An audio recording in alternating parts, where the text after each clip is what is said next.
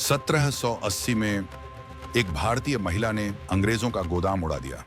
आग में लिपटी उसकी सेनापति ने ब्रिटिश किले को धधकती चिता बना डाला। और यह कहानी आपको कभी बताई ही नहीं गई। क्यों? जब हम आजादी की बात करते हैं, हमारा ध्यान सीधा 1857 पर जाता है। मंगल पांडे, रानी लक्ष्मीबाई, तात्या टोपे, वही नाम, वही चेहरे। लेकिन उससे 75 साल पहले दक्षिण भारत की धरती पर एक महिला ने अंग्रेजों को युद्ध में हराया था। उसका नाम था वेलू नाचियार। लेकिन इतिहास ने उसका नाम मिटा दिया, शायद इसलिए क्योंकि वो बहुत पहले जाग गई थी।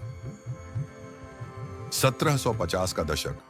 दक्षिण भारत के तमिल इलाकों में एक समृद्ध राज्य था, शिवगंगा।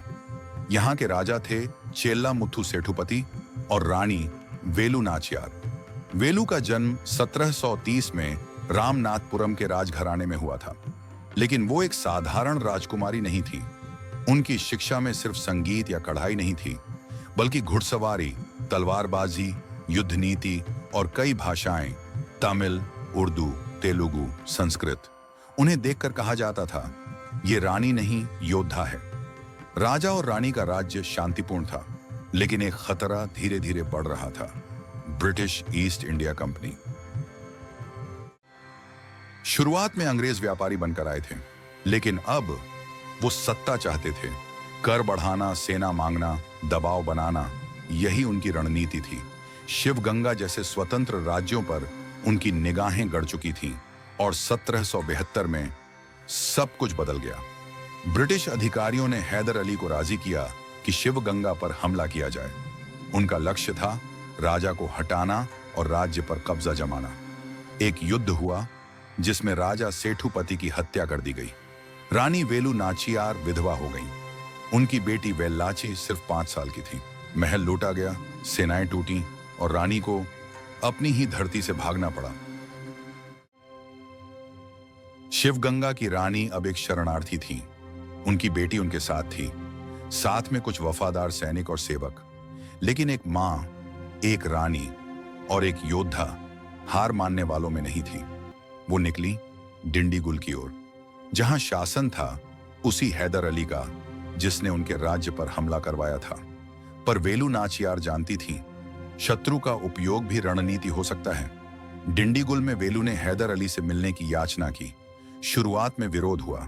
एक रानी जो हाल ही में सब कुछ खो चुकी थी, उसे क्या देना? लेकिन वेलू नाचियार की बातों में साहस था, रणनीति थी। उन्होंने हैदर अली को याद दिलाया कि अंग्रेज सिर्फ एक दुश्मन नहीं है, वो पूरे भारत की आजादी का अंत बन सकते हैं।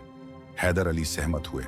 उन्होंने वेलू को समर्थन दिया, गुप्तचरों का नेटवर्क, कुछ सेनाएं और हथियार। रानी ने एक बार फिर से सेना बनानी शुरू की, लेकिन यह कोई साधारण सेना नहीं थी। यहां महिलाएं भी युद्ध के लिए प्रशिक्षित की जाती थीं।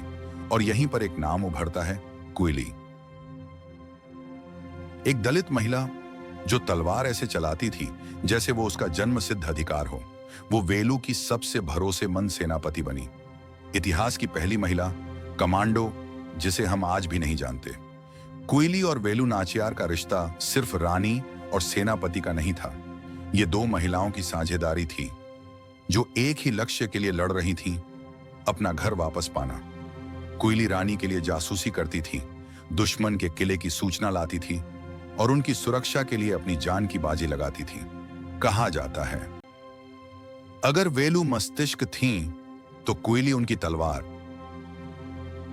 1779 आते आते अंग्रेजों को खबर लगने लगी थी कि वेलू नाचियार वापस आने वाली हैं। उनके जासूस डिंडीगुल से लेकर शिवगंगा तक सक्रिय हो गए।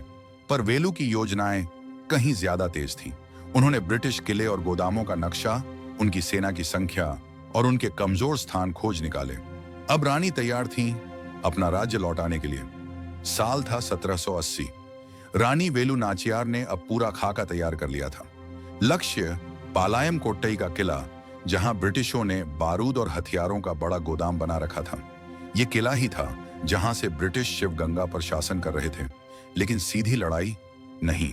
रानी जानती थी, ये काम युद्ध से नहीं, बलिदान से होगा। एक रात गुप्त सभा होती है। रानी, क्विली, सेनापति और गुप्तचर सब मौजूद। योजना थी भीतर से हमला। ब्रिटिशों की सुरक्षा भेदना नामुमकिन था, लेकिन क्विली ने कहा, मैं जाऊंगी, मैं उनके गोदाम तक पहुंचूंगी। रानी चौंक गई। तुम जानती हो इसका क्या मतलब है? क्विली मुस्कुराई। अगर मेरे शरीर से आग लगती है और वो गोदाम जलता है तो मेरा बलिदान इस धरती को बचाएगा। काली अंधेरी रात। क्विली अपने शरीर पर तेल और घी लगाती है, अपने वस्त्रों के अंदर बारूद बांधती है। वो रानी से आशीर्वाद लेती है और चुपचाप अंग्रेजी किले में घुस जाती है, एक सेविका के रूप में। कुछ ही देर में आग की लपटें उठती हैं, आसमान रोशनी से भर जाता है। क्विली स्वयं अग्नि बनकर ब्रिटिश गोदाम को जला देती है। उस धमाके से ब्रिटिश सैनिकों में हड़कंप मच गया। हथियारों की आपूर्ति खत्म, किले की दीवारें दरकने लगीं और तभी वेलु नाचियार की सेना ने हमला बोला। अंधेरे, धुएं और चीखों के बीच रानी अपनी धरती पर लौट आई। किले पर तिरपाल लहराया गया, नहीं, अंग्रेजों का नहीं, शिवगंगा का झंडा। 1780 वेलु नाचियार दोबारा सिंहासन पर बैठती हैं। ब्रिटिश कंपनी ने उस क्षेत्र से सेना हटा ली।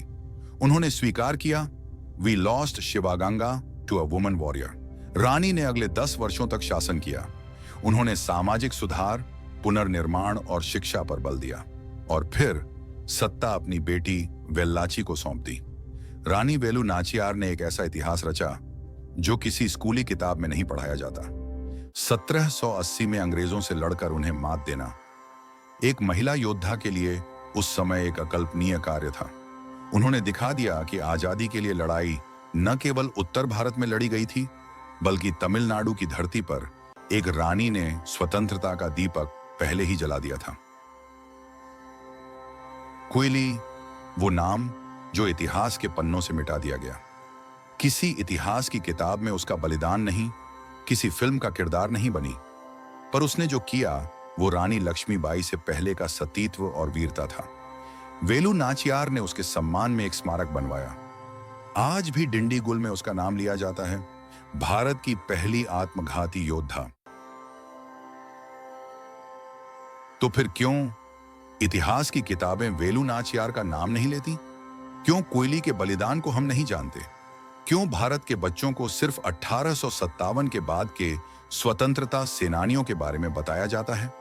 क्यों हमें यह महसूस कराया गया कि महिलाएं सिर्फ प्रेरणा दे सकती हैं लेकिन नेतृत्व नहीं कर सकती? शायद इसलिए कि ये कहानियां हमें खुद खोजनी पड़ती हैं, खुद बतानी पड़ती हैं।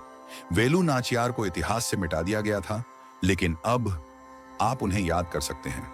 आप उनकी कहानी को फिर से जीवित कर सकते हैं। अगर आपको लगता है कि वेलु नाचियार को वो सम्मान मिलना चाहिए जो उन्हें कभी नहीं मिला, तो नीचे कमेंट करें, हमारी रानी अमर रहे। और अगर आप ऐसे ही भूले हुए नायकों की कहानियां देखना चाहते हैं तो चैनल को सब्सक्राइब करें और बेल आइकन दबाना ना भूलें। और अब स्क्रीन पर क्लिक करें ताकि आप देख सकें एक और भूला हुआ योद्धा, राणा सांगा, जिसने मुगलों को कांपने पर मजबूर कर दिया था।